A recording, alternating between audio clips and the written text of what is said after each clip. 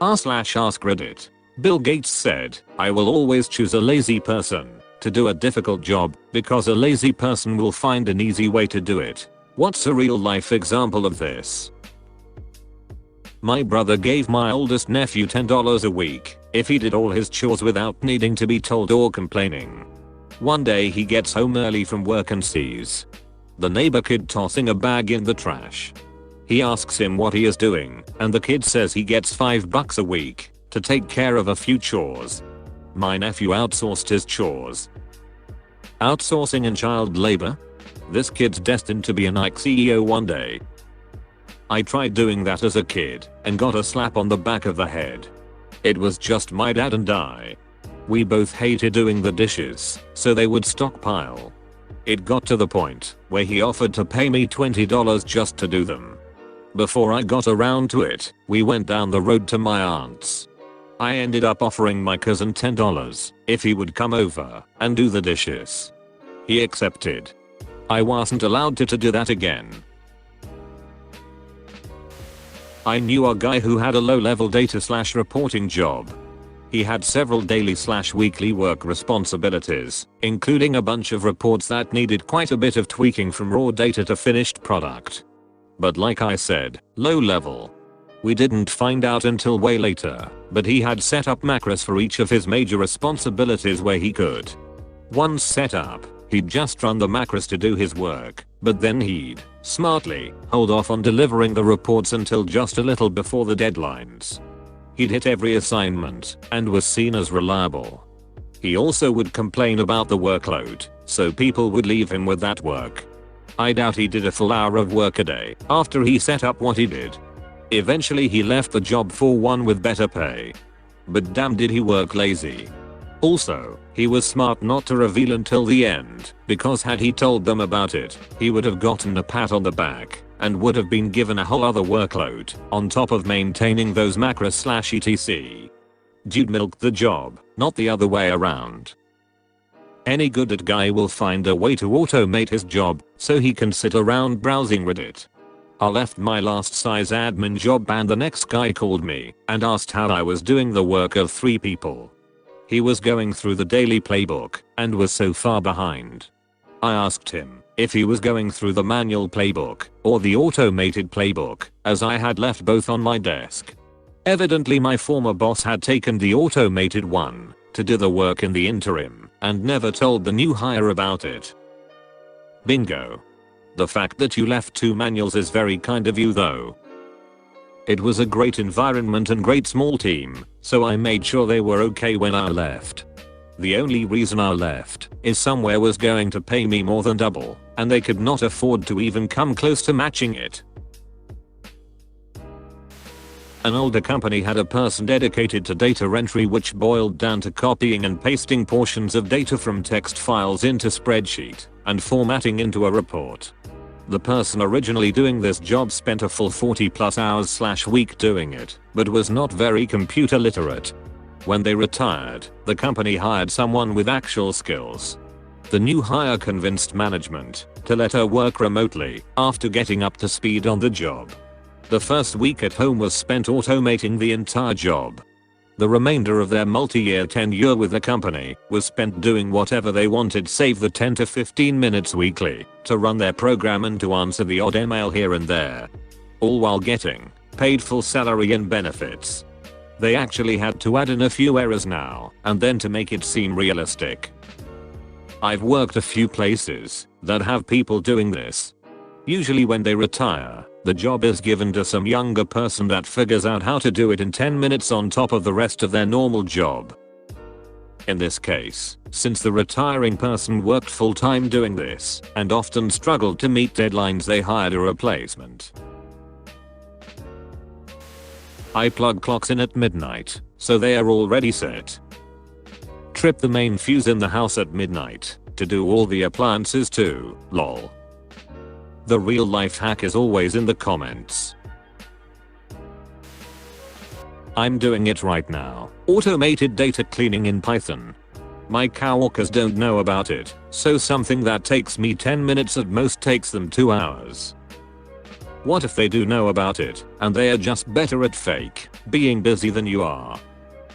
My coworker is the worst at being fake busy. I looked over at him the other day and he was swimming. I just got a mental image of someone sitting in an office, looking over to the other side to see their coworker splashing around in a paddling pool in the corner. My coding mentor got hired in a US government position and he mentioned being able to automate a lot of tasks in his interview. After the interview was over, he was contacted by one of the people that were in on the interview and said basically, look, we get paid such and such a year and only work such and such hours. Do the automation, but don't say you are doing the automation. I worked goods in for an aircraft manufacturer as a summer job at university. Parts would arrive, we'd open them, and key in all the details into a terminal. That bit was long-winded. I discovered the terminal keyboard has assignable shortcuts, and set up a bunch of them for all the boilerplate such that keying in an item was about 6 keystrokes. Saved myself and my workmate hours every day, which we would spend pranking each other, other warehouse staff and staff at other sites. Made yourself more efficient and use the extra time to make your colleagues less efficient? Okay, so our build engineer has left for another company. The dude was literally living inside the terminal. You know, that type of a guy who loves Vim, creates diagrams in Dot, and writes wiki posts in Markdown. If something, anything, requires more than 90 seconds of his time, he writes a script to automate that. So we are sitting here, looking through his, legacy. You're gonna love this. First script named Smack My Bitch Up. Sends a text message, late at work, to his wife, apparently. Automatically picks random reasons. Runs inside a cron job. The job fires if there are active connections on the server after 9 PM with his login.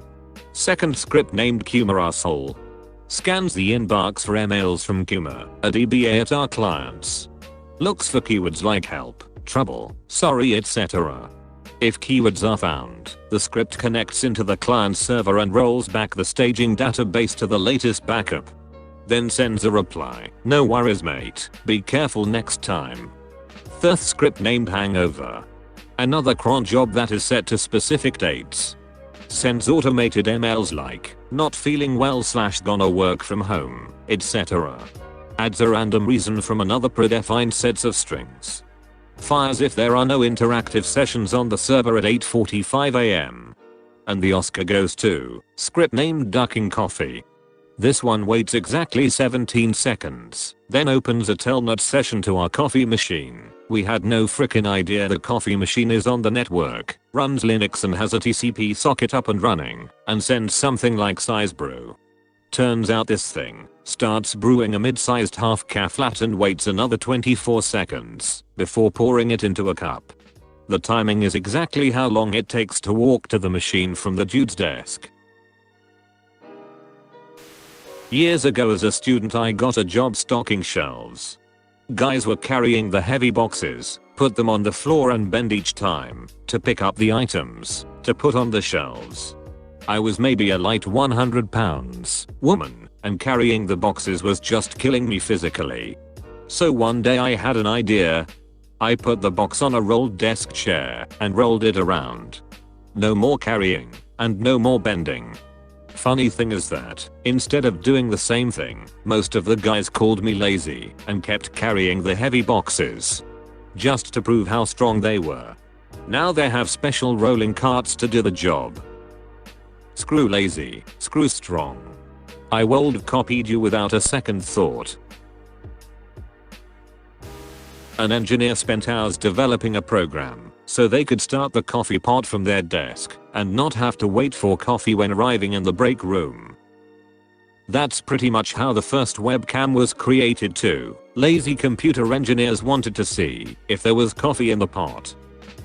Engineers and caffeine. Almost a symbiotic relationship. Every year in the Canadian winter, power lines would fail due to the weight of the snow.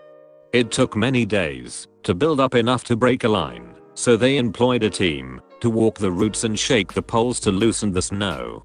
One day they saw a bear shaking the poles and realized that if they could get the bear to do it, they wouldn't need to walk the route. So they gave one guy a bucket of honey and he'd walk the route painting the sides of the poles with honey to attract the bears. It worked for a few more years, but this still takes a lot of time to do. So then they had the idea of flying a helicopter along the route with a trained sniper with honey paintballs that he'd shoot the poles with. On its maiden flight, the helicopter passed the lines and the downdraft blew away all of the snow. The flights continue to this day, but without the sniper.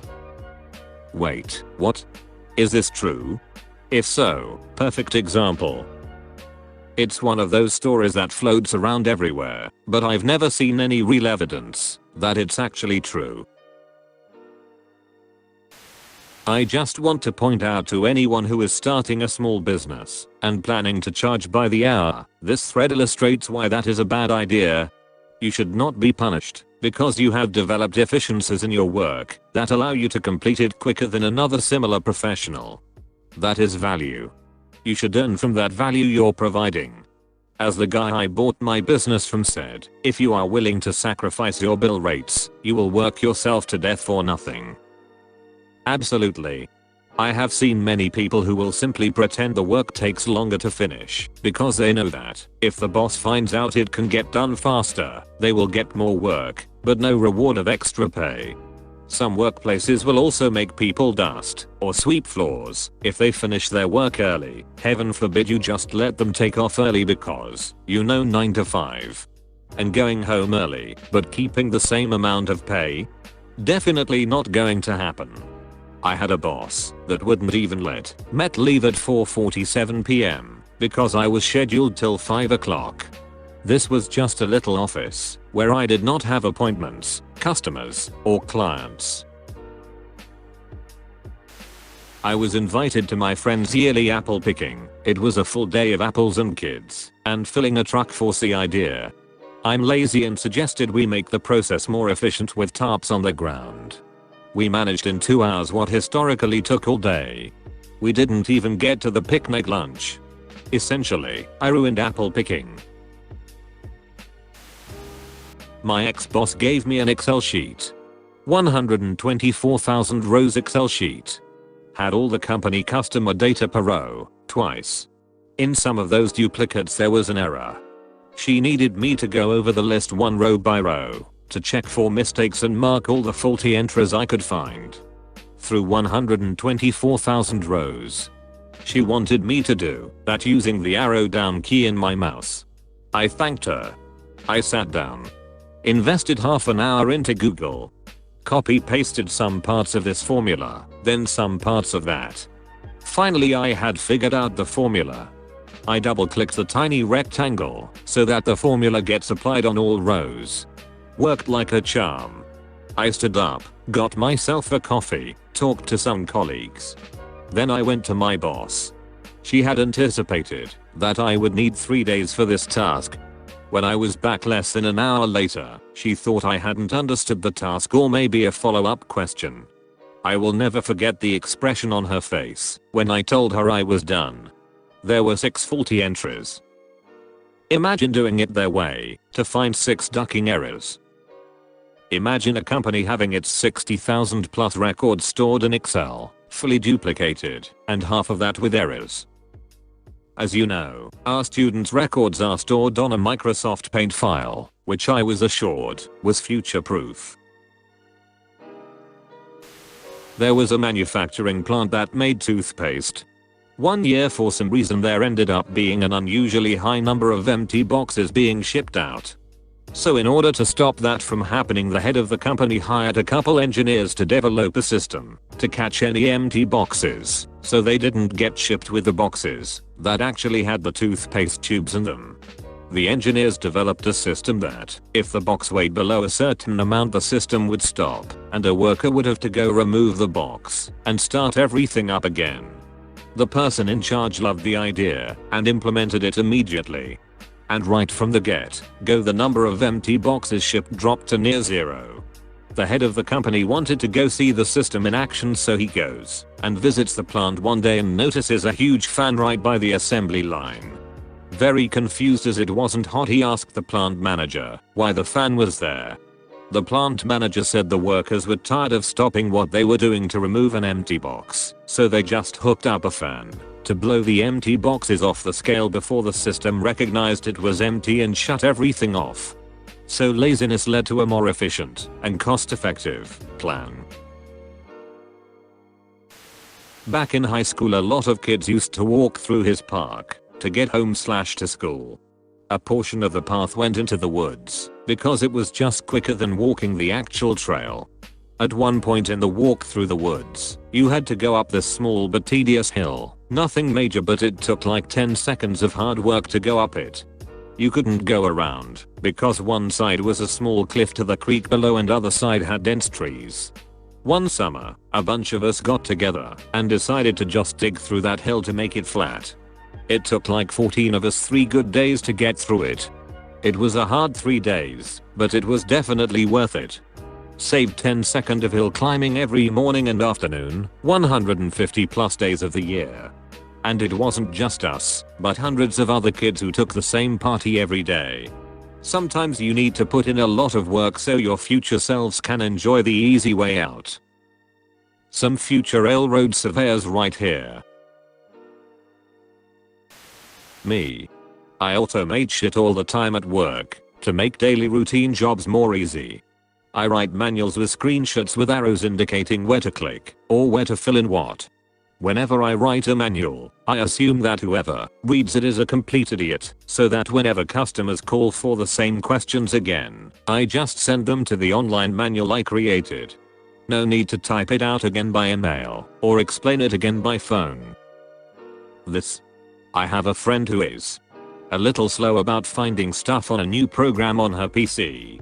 Screenshots with the pointer in the right spot is so much easier than walking her through it with words. The clerk was asked to bring 145 white papers into the office. He doesn't want to count the papers manually, so he printed 145 blank sheets and took them in. Smart. He used a machine that counts as one of its functions, but not the primary function, to do the counting for him. It's just enough outside of the box that most people wouldn't think to do it at all.